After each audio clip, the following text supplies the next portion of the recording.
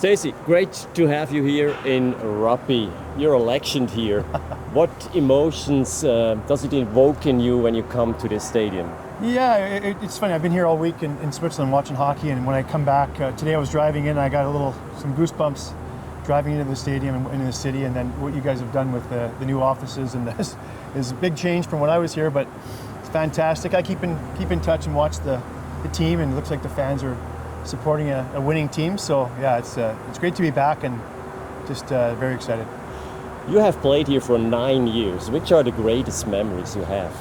I think a couple of times obviously making the playoffs, making the half finals was very special. I felt that was really the whole city embraced us in that little playoff run, and I mean just the friends I've kept in touch with and teammates and staying in one place for 9 years was a dream come true, and both my kids being born here and it was very special.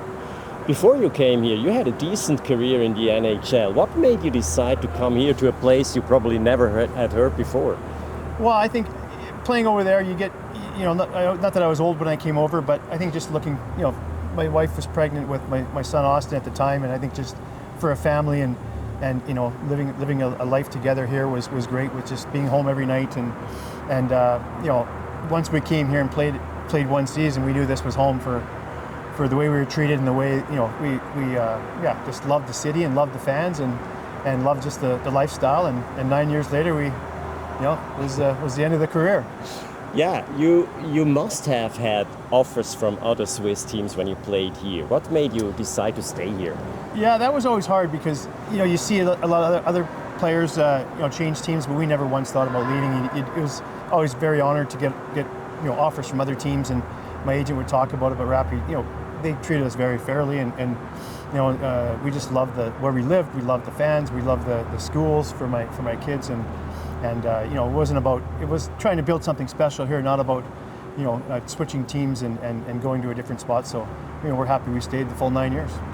Are there former teammates you're still connected with? Oh yeah. Nikki Siren and Sandra Gamur, and obviously Marcus, and it's great to hear from them and keep in touch with them, and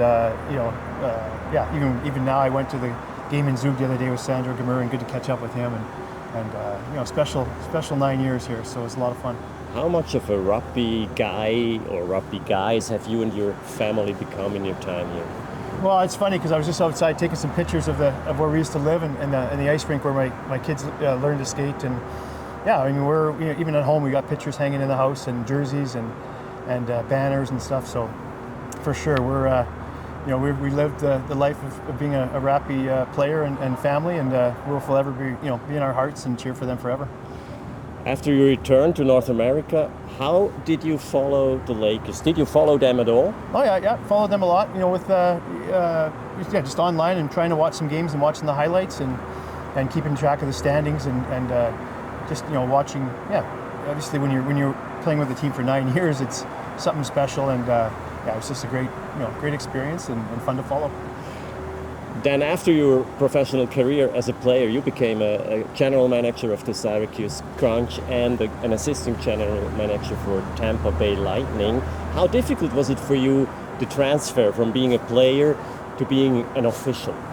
Well, I started out as a scout / director of player development, which was perfect because it's basically taking the experiences you've had as a player and giving it to the younger players. And then fortunately, when after 6 years of that, I got promoted to be an assistant GM and then managing Syracuse for 6 years. So I mean, it was a perfect step from playing to just kind of coaching to managing. So you got to scout, you get to all the different areas in the game, and it wasn't a hard transition to not playing, because you're still watching hockey and you're still on the ice, and the best game in the world. You get to do it for a living. So it's been a lot of fun. You retired in 2012. How much has hockey evolved in the time since you retired? It's just the speed. I look at the young players, and I think back when we were younger, we were in shape, but now the speed and the skill that the young players have, I think, is a huge difference from when we were at that age, and that's part of the reason when I was 38, 39 years old, had to retire, because the game was getting too fast for me. It was getting a little dangerous out there. But just the speed of the game is very impressive. You're now in Switzerland as an assistant general manager for Team Canada for the Spengler Cup. What's your exact task?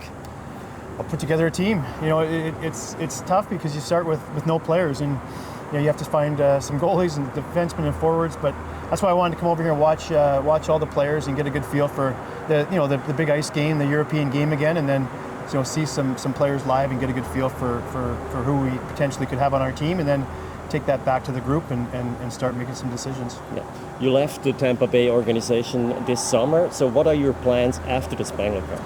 After the Spengler, we'll see. Right now, I'm happy, being at home with my daughter and my wife, and still watching a lot of hockey and talking to some teams. So we'll see how it goes after the Spengler. But right now, I'm just focused on winning a Spengler Cup.